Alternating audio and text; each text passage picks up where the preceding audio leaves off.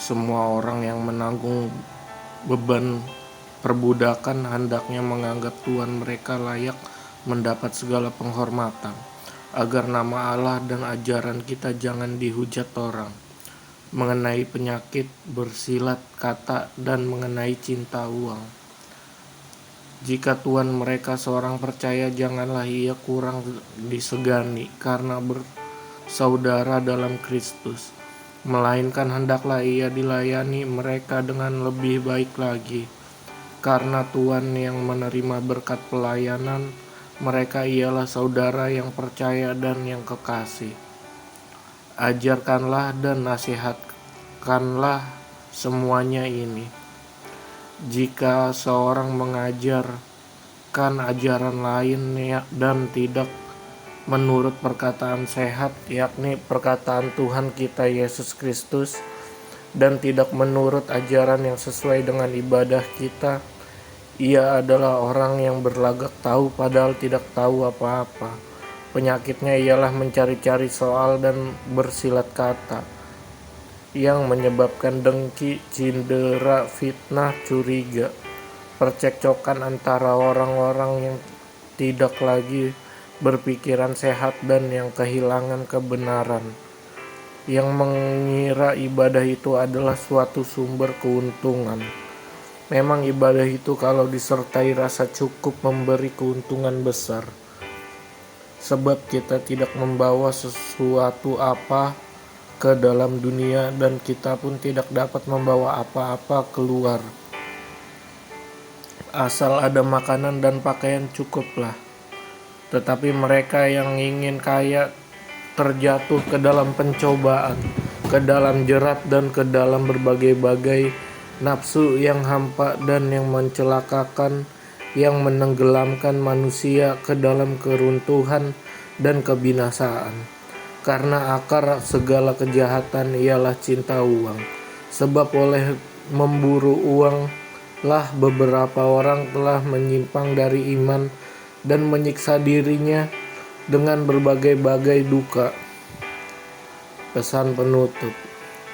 Tetapi engkau, hai manusia Allah, jauhilah semuanya itu. Kejarlah keadilan, ibadah, kesetiaan, kasih, kesabaran, dan kelembutan.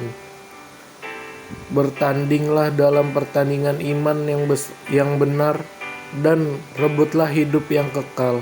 Untuk itulah engkau telah dipanggil dan telah engkau ikarkan ikar yang benar di depan banyak saksi, di hadapan Allah yang memberikan hidup kepada segala sesuatu, dan di hadapan Kristus Yesus yang telah mengikarkan ikar yang benar itu juga di muka Pontius Pilatus.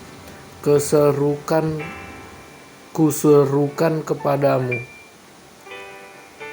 turutilah perintah ini dengan tidak bercacat dan tidak bercela hingga pada saat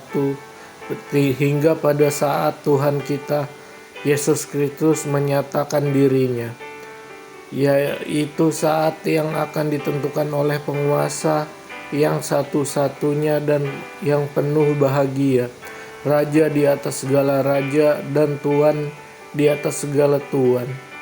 Dialah satu-satunya yang tidak takluk kepada maut, bersemayam dalam terang yang tak terhampiri. Seorang pun tak pernah melihat dia, dan memang manusia tidak dapat melihat dia. Baginya lah hormat dan kuasa yang kekal. Amin.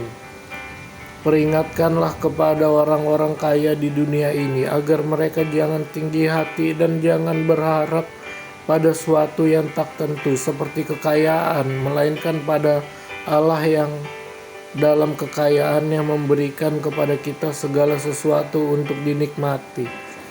Peringatkanlah agar mereka itu berbuat baik, menjadi kaya dalam kebajikan, suka memberi dan membagi, dan dengan demikian mengumpulkan suatu harta sebagai dasar yang baik bagi dirinya di waktu yang akan datang untuk mencapai hidup yang sebenarnya. Hai Timotius, peliharalah apa yang telah dipercayakan kepadamu, Hindarilah omongan yang kosong dan yang tidak suci, dan pertentangan-pertentangan yang berasal dari apa yang disebut pengetahuan. Karena ada beberapa orang yang mengajarkannya, dan dengan demikian telah menyimpang dari iman. Kasih karunia menyertai kamu. Amin.